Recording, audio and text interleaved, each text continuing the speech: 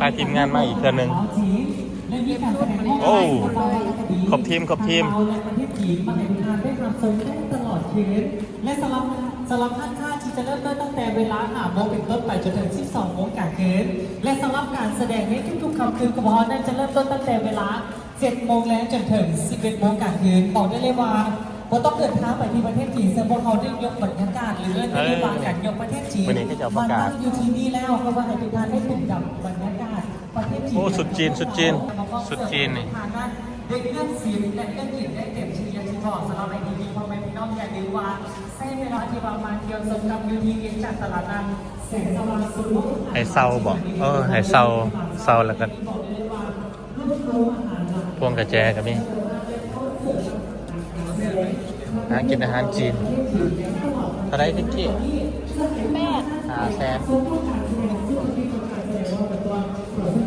โอ้เนี่ยก็จะกำลังสิแสดงบนนั่ง老中有意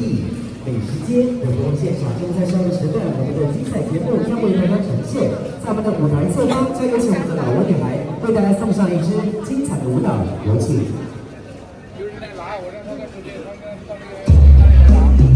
ท่านผู้ชมเฮามาที่ตลาดจีนอีกครั้งหนึ่ง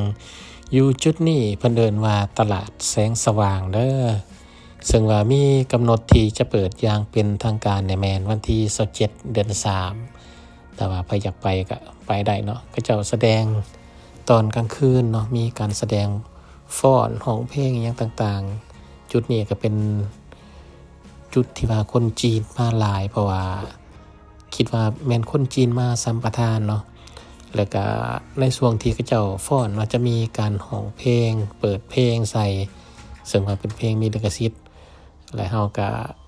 จะเปลี่ยนเพลงใหม่ใส่เนาะถึงว่าจะบ่เข้ากับเพลงก็ต้องขอโทษขออภัยแต่ว่าใครอยากไปมวนไปซืนไปเบิ่งของแท้ก็ไปที่ตลาดเช้าเด้อจุดที่ตั้งมันอยู่ตลาดเช้าอยู่ระหว่างกลางระหว่างตลาดเช้าตึกเก่าและตึกใหม่วันนี้ก็เจ้าเต้นอยู่ลุง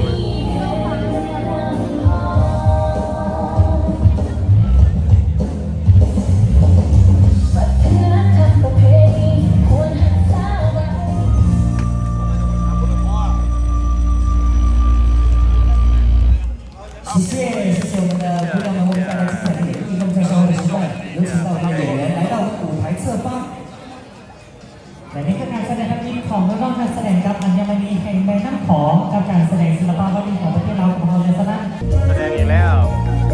แสดงครั้งนั้นแล้วมาแสดงครั้งนี้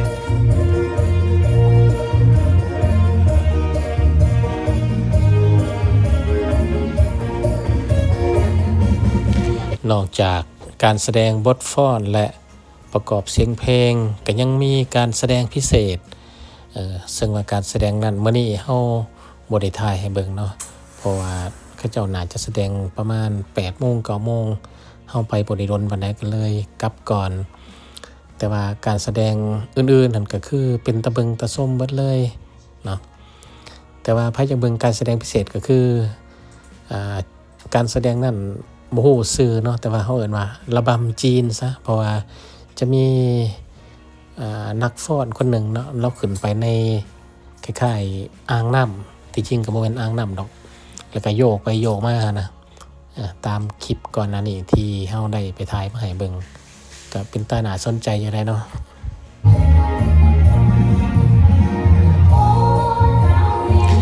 นักแสดงที่มาฟ้อนอยู่นี่หั่นตามฟังเขาเจ้าร่วมกันเนาะจะเป็นชนเผ่ามุ่งเป็นคนปุกแล้วก็คนลาวก็มีเนาะคนลาวลุมก็มีแต่ส่วนหลายแม่นเป็นคนเผ่ามกเนาะเพราะว่าเบิ่งลักษณะแล้วเขาเจ้าอยากคือคนจีนแต่ว่าเวลาเขาเจ้าร่วมกันแล้วมันลบภาษามง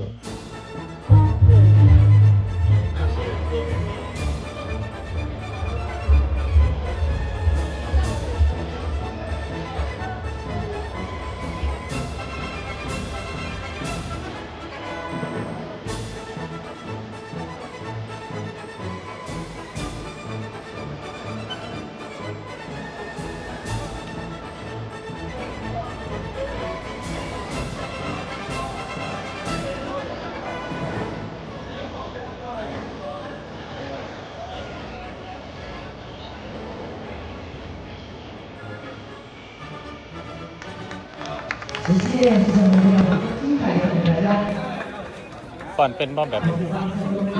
ฮะก่อนเป็นนะ18 ปีเขาจะเอาสมัครฟอร์ดหนาวขนาดเลยหนาวขนาดเลยเนี่ยแต่อาหารจีนนี่นะโอ้ฝนตกหนองหกโอ้แค่หน่อยโอ้ตำบักหุ่งกับนี่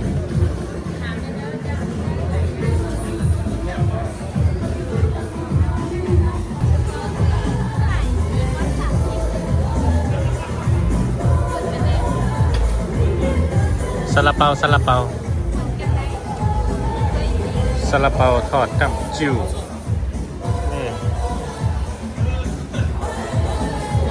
เนี่ยทีมงานฟอร์ดเนี่ย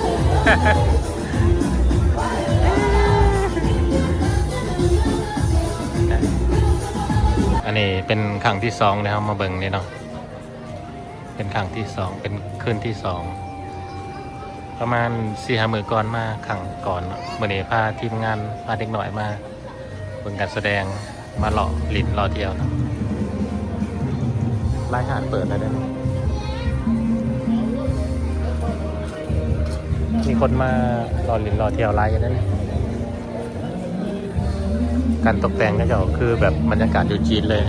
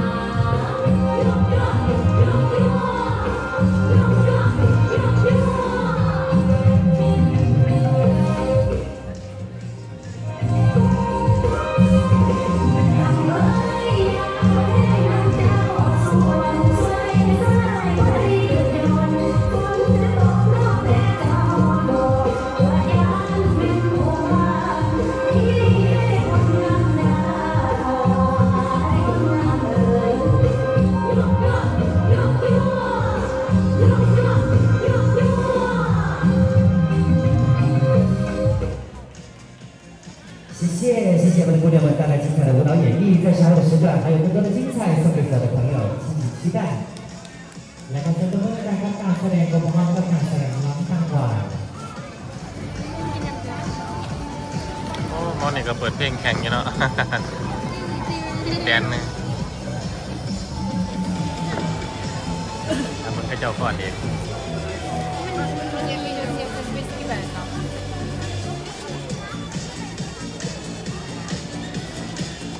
พี่นาไปพูดว่าบัดนี้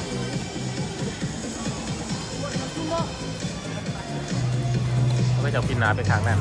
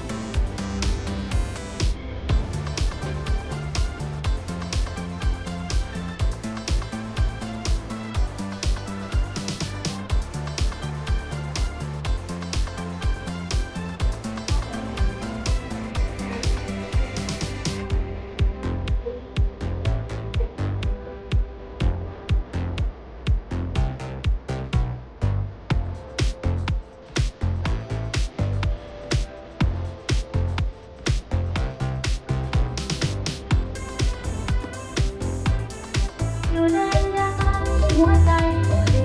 มแต่ตาซึ้งดังเสียงของแม่